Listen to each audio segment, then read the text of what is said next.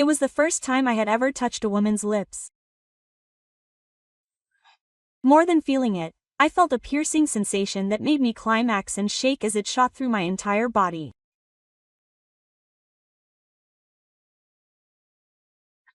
Keiko seemed surprised, but she gently stroked my head and said, "Oh, you just lit a fire here." My name is Yusuke. I'm 31 years old. I'm currently driving on the highway to my wife's parents' house, which is about 4 hours away, with my wife in the passenger seat. Due to the spread of the infectious disease shortly after we got married, this is the first time I've visited my wife's parents' house since moving in. Today, we've both decided to go out to celebrate my in-laws' banking ceremony. Holding the sacred bag of presents to my chest, my wife was whining, wondering if her parents would be happy, as it had been a while since we'd been out.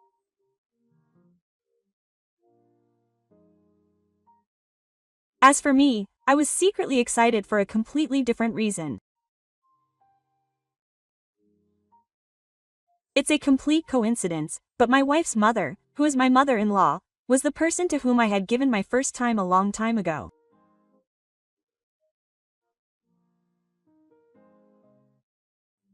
I graduated from graduate school and am now working in the research field that I've always dreamed of, and I met my wife at a social gathering hosted by a colleague at work. While talking to my girlfriend, who is 4 years younger than me, we found out that I used to live in her hometown, and that got us excited, which led to our relationship. I'm not usually very proactive with women, but I felt a sense of familiarity when I saw her gentle smile on her face, so I confessed my feelings to her. We started dating and got married 2 years later. I met my mother-in-law again when I visited her parents' house to introduce myself. I was quite nervous about the situation of proposing to my girlfriend's parents. When my wife washed me and we walked to the front of the house, I was overcome with a sense of nostalgia, as if I had seen her somewhere before. I'm home. As I opened the front door and my wife called out, I heard the sound of slippers scurrying from the back, and a woman appeared. "Oh, welcome." I was so surprised that I was speechless when I saw the smiling face of the woman. Although she had aged a bit, she was undoubtedly my first love. And the woman to whom I gave my virginity. My mother-in-law seemed to have noticed me as she stared intently at my face. Were they wondering about our situation? "Huh, what's wrong? Both of you." My wife looked between my mother-in-law and mine through the partition. I couldn't think of an answer to explain it, and couldn't hide my confusion. My mother-in-law spoke in an almost cheerful voice, and said, "Hey, is the guy Kana is dating Yabuki-kun?" "Yabuki is my savior. Yabuki-kun?" My wife asked, looking a little puzzled. When my parents divorced during the Oni era, I was taken in by my mother, and my last name changed, and now I go by my mother's name, Taniguchi. Leaving my bewildered wife behind, I turned to my mother-in-law and exaggerated my surprise. "Kana's mother was Keiko-san?"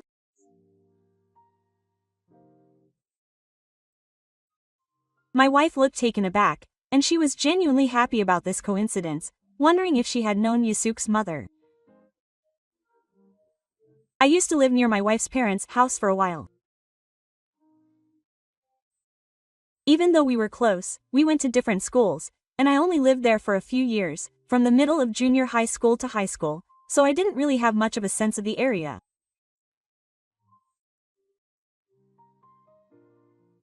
My father was a Tenkin-zoku, and combined with my naturally reserved personality, I had trouble making friends.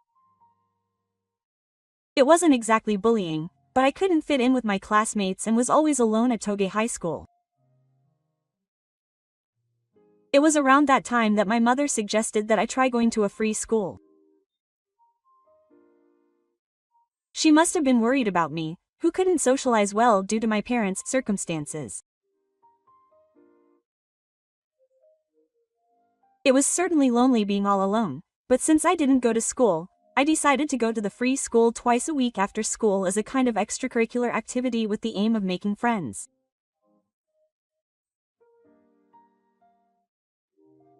There were also kids who didn't go to school but went to school, and kids like me who came after school to do their homework. Perhaps it was the area's culture or the characteristics of the free school, but it was a much quieter place than I had imagined, and for someone like me who was reserved, it was a very comfortable place.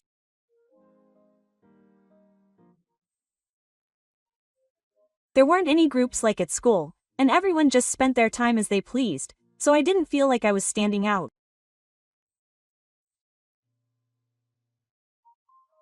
A counselor came there regularly to care for the students' mental health.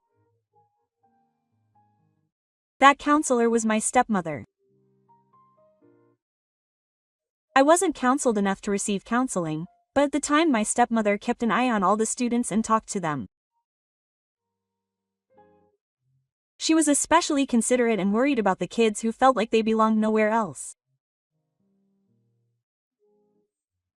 I admired Kiko's kindness and friendliness, like that of a big sister in the neighborhood. Thinking back, I think those feelings were probably my first love.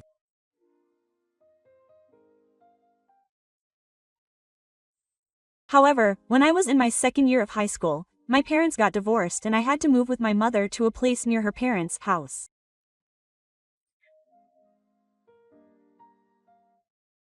I was used to changing schools, and I wasn't particularly shocked by my parents' divorce.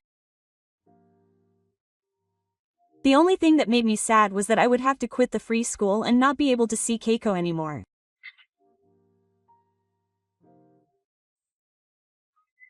One day, just before the move, I skipped school to say hello to Keiko and, unusually, showed up at the free school during the day. I really wanted to talk to her alone, so I called Keiko to the counseling room, which she didn't usually use. Keiko sat across from me across the desk, looking worried at how different I looked than usual. When I told her that I was moving because of my parents' circumstances and that I would be quitting the school, she said, "Oh, I see. You'll be fine, Yusuke, even at your new place," she encouraged me. This will be the last time I talk to Keiko. Thinking about that filled my heart with so much pain. As I was about to say goodbye and head home, she stopped me and said, "Wait a minute. It's the end for me too, so let's walk part of the way home together." Quote. My heart swelled with excitement at the unexpected invitation. As we left the free school, thunder suddenly roared with a gentle roar, and Keiko let out a cry of "Yay!" and jumped at me. Immediately after that, heavy rain began to fall, and the sound of the rain pounding against the ground grew louder and louder.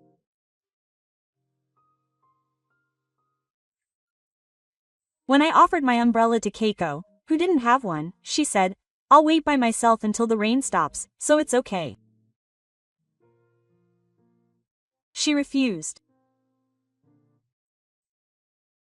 In the rain that didn't seem likely to stop, we exchanged umbrellas, and I ended up taking Keiko home.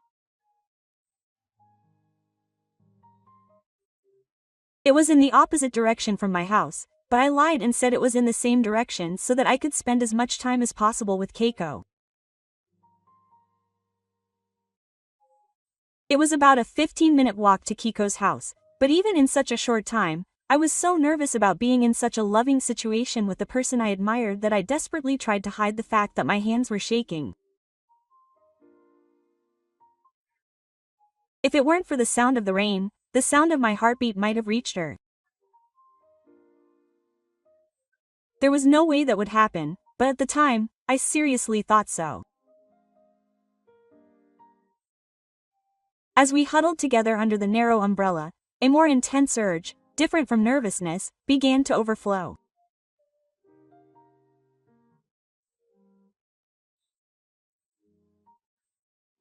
Kiko's sweet, feminine scent filled the umbrella, and the soft, mature, charming scent that entered from the tips of her flowers filled my chest, and the heat turned into an even hotter urge that stirred and raced through my body.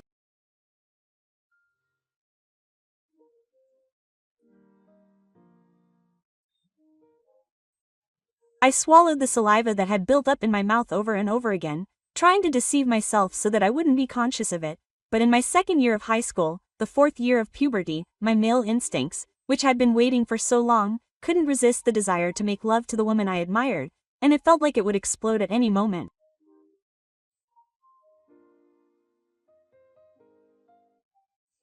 In no time, we arrived at Kiko's house, and after seeing her off to the front door, I tried to thank her for everything and headed home.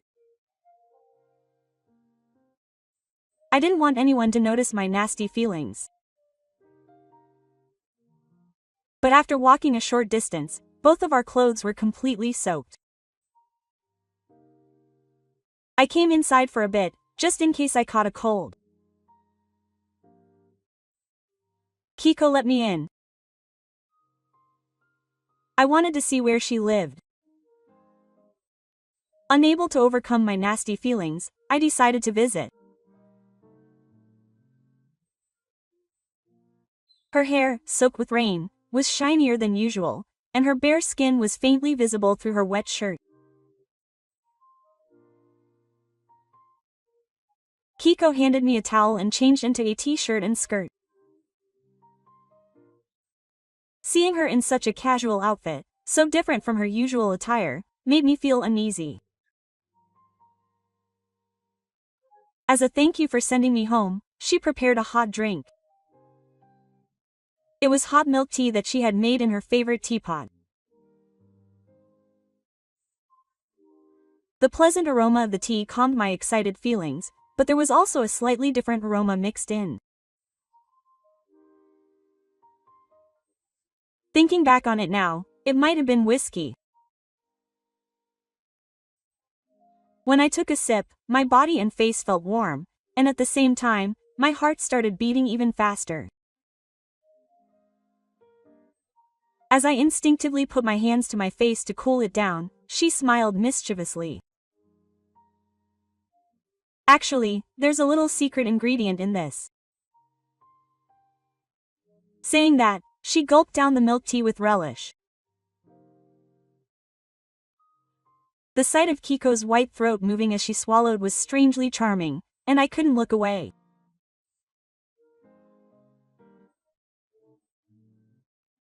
Forcing my eyes down and looking down, I decided that if this was going to be the last time, I wanted to at least tell Keiko how I felt, so I decided to confess to her. I knew she would crush me, but I wanted to do that to put an end to my feelings. Perhaps she sensed that I had made up my mind. Funekeko sat down next to me and looked into my face gently. It's okay, have confidence.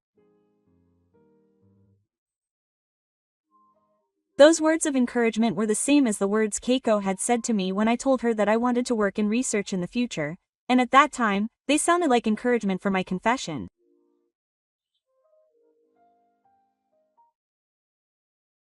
I gulped down the milk tea in one go to quench my parched throat, and gained momentum.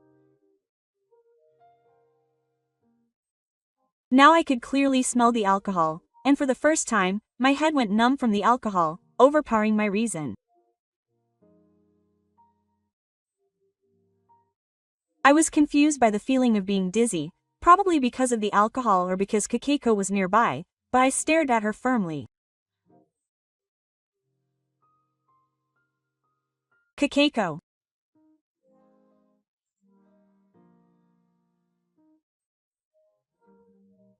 Her eyes stared back at me, and they were wet and shiny, and I felt like I was being sucked in. Unconsciously, I moved my body and pressed my lips against Kakeko. It was the first time I had ever touched a woman's lips. Rather than feeling it, a piercing sensation that made me feel like I was going to climax ran through my entire body and made me tremble.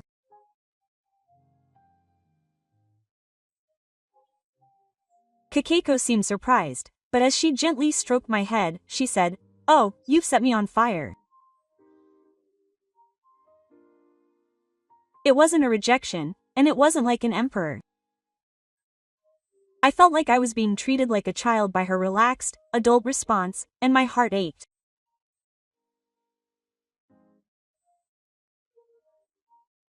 I could only nod slightly, but she cupped my face with both hands, and her smile, full of composure like that of a virgin, suddenly changed to a smile that exuded a more mature color. I shivered at the expression on Kakeko's face, which I had never seen before. Then, she pressed her lips against mine. While being tossed around by the sweet, soft, and warm sensation of a woman, I gave my first time to the person I admired. As I was driving, reminiscing about those old times, I arrived at my wife's parents' house before I knew it. "Welcome." My mother-in-law came to greet me. Years have passed since the day I dropped my mother-in-law off. The scenery looks a little different. The four of us sat around the dining table, enjoying casual conversation while eating the sushi in front of us, and when we finished eating, we moved to the living room. The sofa where my mother-in-law and I had sex that day is still visible, and just looking at it makes me want to recall the feelings I had back then.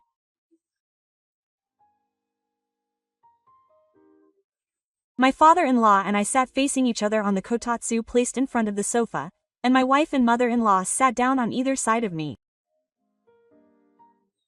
When my wife gave her a celebratory present, my father-in-law smiled happily. Then I gave my mother-in-law the tea I had chosen.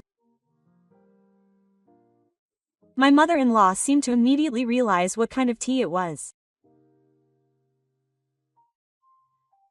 Yes, it was the same tea as the hot milk tea she had made for me that time. The gentle girl looking at me hasn't changed at all since then. A kind adult put up with a child's whims. My mother-in-law didn't try to pretend that such an incident never happened. That alone seemed to be my salvation. Perhaps I was still yearning for what Keiko had done for me back then. I felt as if the bittersweet feelings of love inside me had grown stronger again after seeing her again after such a long time. In this house that had once accepted me, now each of my partners was next to me. A secret between the two of my mother-in-law that must never be revealed. I guess I would be buried in this new relationship without ever speaking about it. As I was immersed in such interference, my mother-in-law's fingertips unexpectedly touched my hand in the kotatsu. At first I thought it was just a bump, but gradually her hand grasped mine firmly and slowly began to intertwine our fingers. My mother-in-law's supple fingertips moved. Between our intertwined fingers, the unforgivable act began to move again after more than 10 years.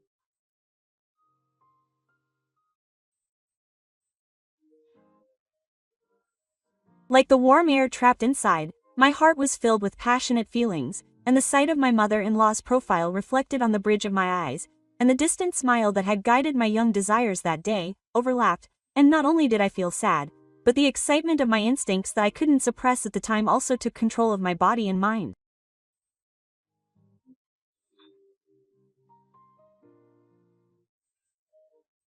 On the surface, I pretended not to notice, nodding along to the stories of my wife and Gifu, but my mother-in-law and I intertwined our fingers in the kotatsu as if to convey our feelings to each other. I was no longer an innocent child. My mother-in-law must have known that and still wanted me. Our fingers gently slid together, and sometimes we gripped each other tightly, as if we were breaking apart. And we couldn't let go of each other's hands for a long time.